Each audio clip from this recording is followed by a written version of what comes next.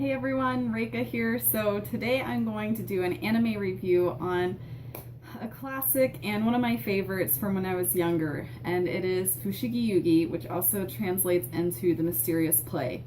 So I was actually first introduced into the anime rather than the manga. And the anime, so when I was younger, there was a comic book store near my house, and the store was filled with all sorts of different comics, and it had different animes on VHS that you could rent. And I remember renting like Tenchi Muyo and things like that and some Sailor Moon. But then we saw this one called Fushigi Yugi that looked really intriguing. And so me and my sisters decided to rent it. And I remember we never finished watching it because they didn't have all the VHSs there, so we never actually finished watching the anime itself. And so that was my first introduction into it. And then I ended up going to our local bookstore and I found the mangas for it, and I bought all the volumes for it and started reading it. And that story is so good. It's very intense. So basically the whole plot line is you've got the main character named Miyaka, who she goes with her best friend Yui, and they're getting ready to take their high school entrance exams to go to high school. And her and her friend go to the library, and she finds this book, and basically what happens is they get sucked into the storybook, and it's known as The Universe of the Four Gods is the name of the actual book. And so how the concept goes here is they get sucked into the book, and then they end up coming across a warrior named Tamahome, and he ends up protecting them from a bunch of very rude barbaric men who try to basically take their bodies for what they are, and he saves them. And so then eventually though what happens is Yui goes back to the regular world while Miyaka is still stuck inside this book.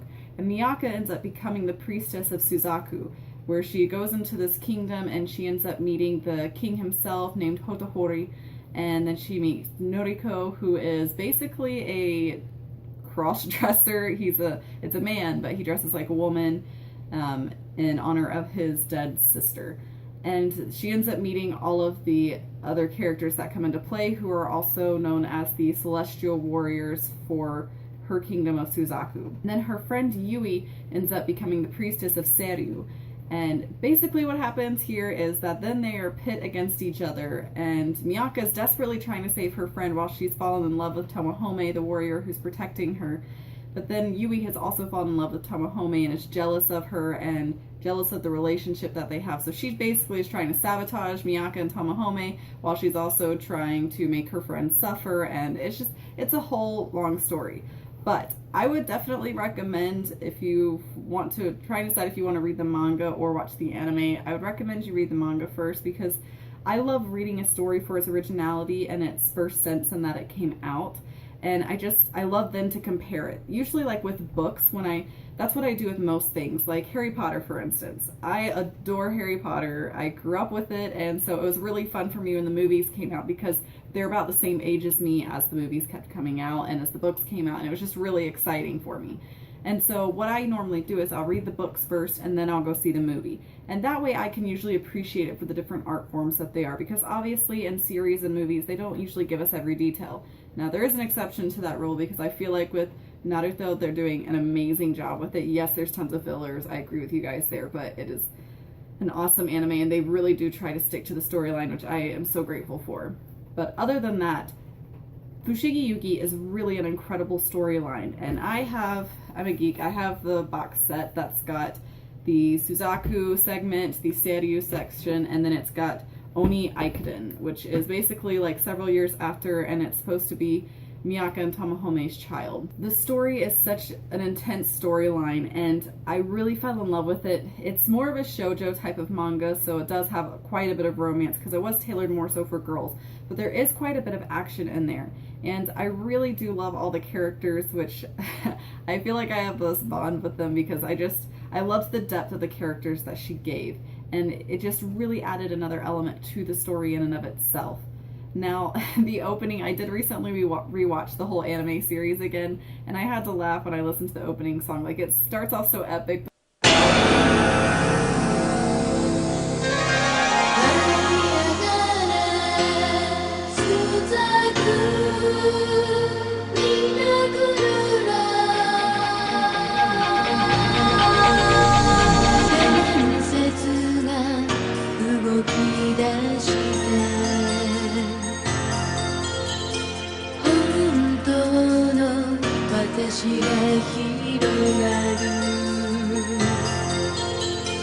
goes into such a 90s feel that it's ridiculous.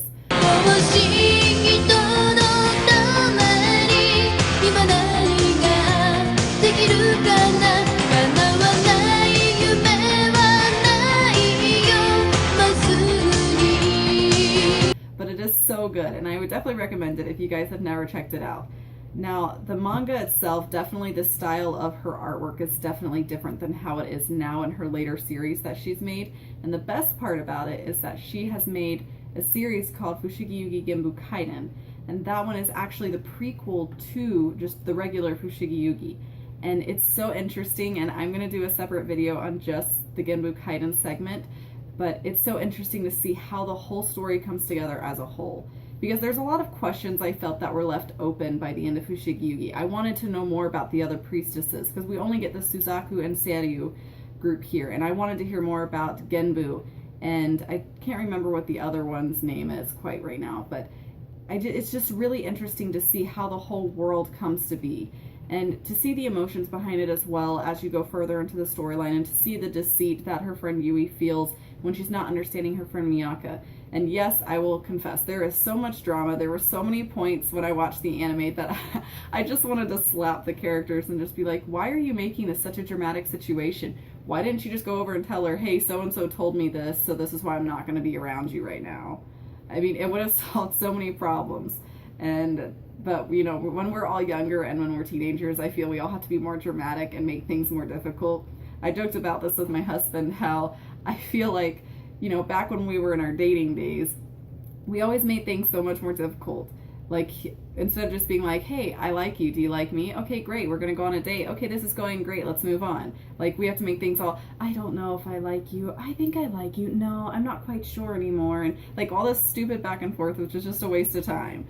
And so I felt that way so much when watching the anime, because I just felt like it was so overly dramatic sometimes that it just was a little too much. But the anime is still definitely a good adaptation of the manga itself, and I love the fact of watching from a storybook to see those characters come alive and be animated. Like, it's such a cool concept, and especially as the manga artist creator, I can only imagine what she must feel like to be able to see her characters, you know, speaking and running around on the screen and interacting. Like, that's such a cool thing, and I would love to see that one day.